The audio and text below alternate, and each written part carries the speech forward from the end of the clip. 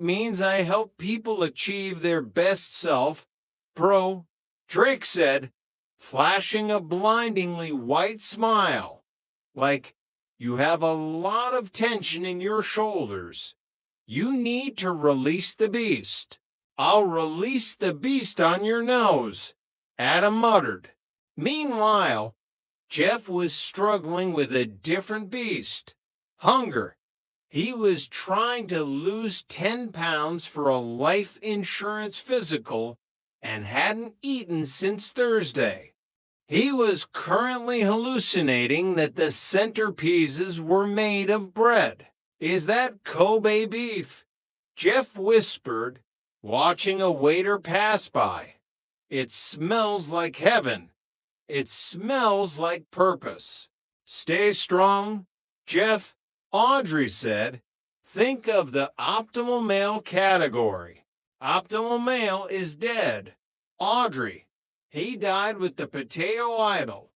I want that beef. I'll trade you my watch for a slider. The climax of the evening came when Russell was called to the stage.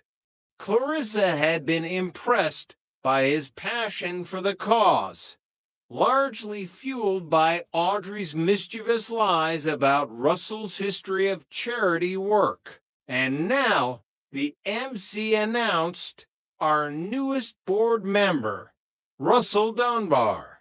Russell straightened his tuxedo and stepped to the microphone. He looked out at the sea of wealthy donors. Thank you. Thank you. When I first heard about the work being done here, I was moved. Because, let's be honest, there is a terrible problem in this world. A problem that we often ignore because it's gross. Audrey leaned in, grinning. Wait for it.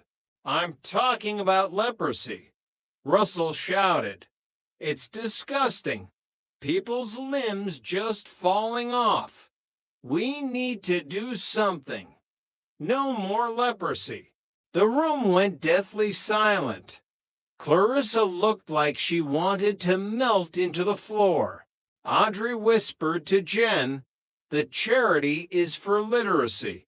People who can't read, not people who are losing fingers. Russell, sensing the shift in the room, tried to pivot. Because if you can't read, how can you even know you have leprosy? It's a double tragedy. You're just standing there, missing a toe, and you can't even read the pamphlet explaining why. He was practically escorted off the stage. Chapter 7, The Professional Divide.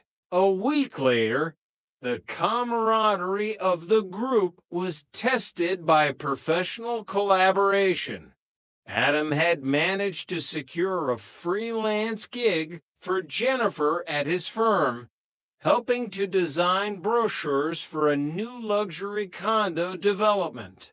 This is going to be great, Adam said, pouring coffee.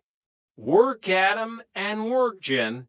Conquering the world of real estate together.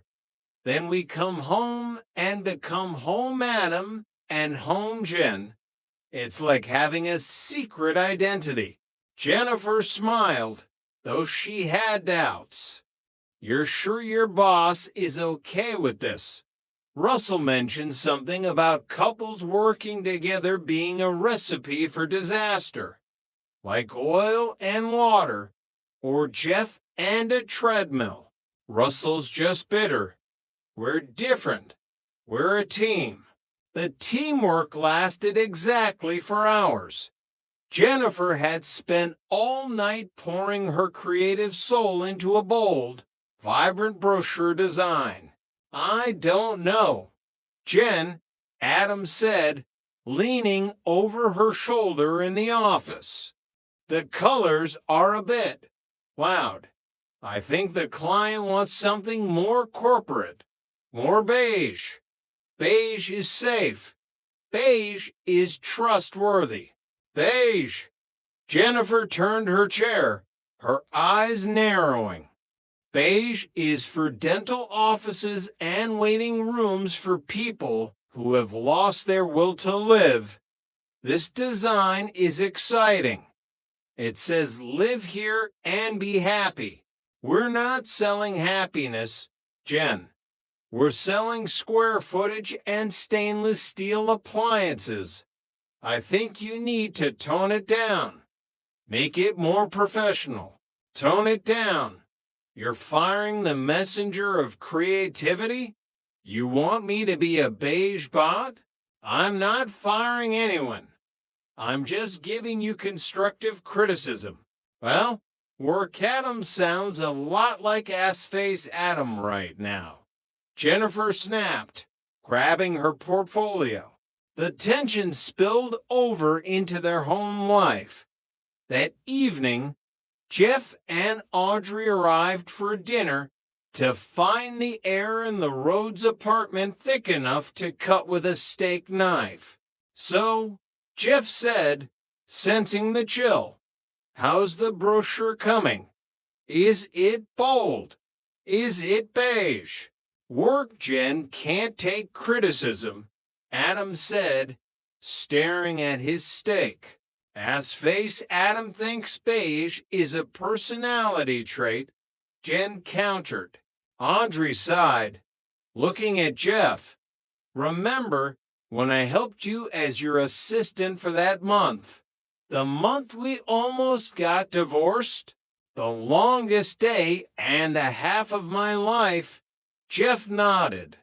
"I figured I could either lose a secretary or lose a wife. I chose to keep the wife because she's the only one who knows the Netflix password. Sometimes you just have to cut your losses." Chapter 8. The Ex-Girlfriend on the Couch.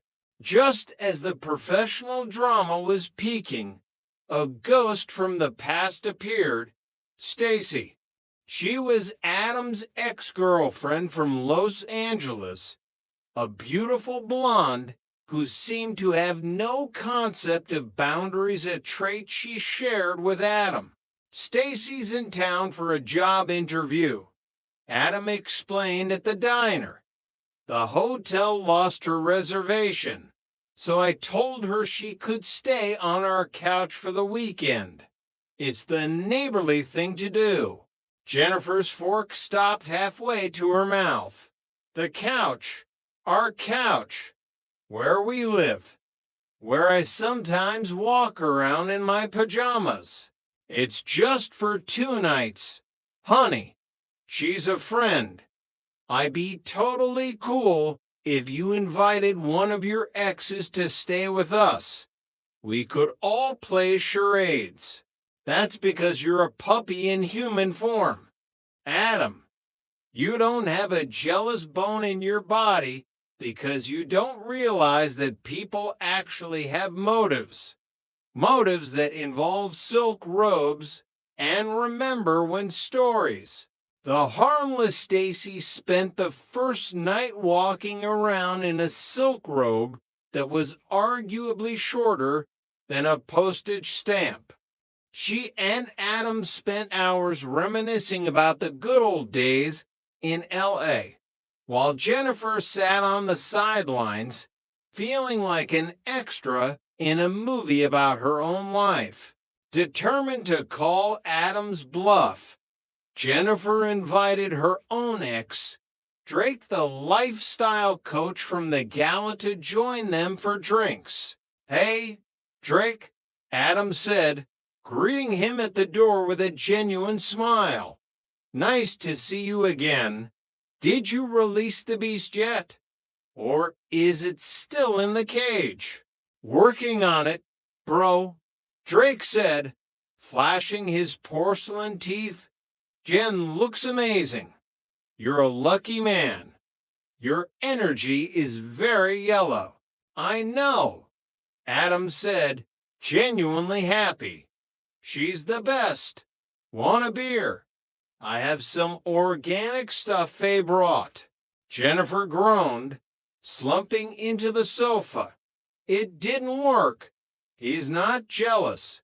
He's offering my ex-boyfriend a beer and talking about colors. I'm failing at being a femme fatale. Adam doesn't get jealous because he's a simpleton with a heart of gold, Jeff added, looking up from his phone. He's basically a golden retriever. You can't make a dog jealous by bringing home another dog. He just wants to play with everyone. Chapter 9, The Scale of Despair. While Adam was navigating the ex-girlfriend minefield, Jeff was back in the clutch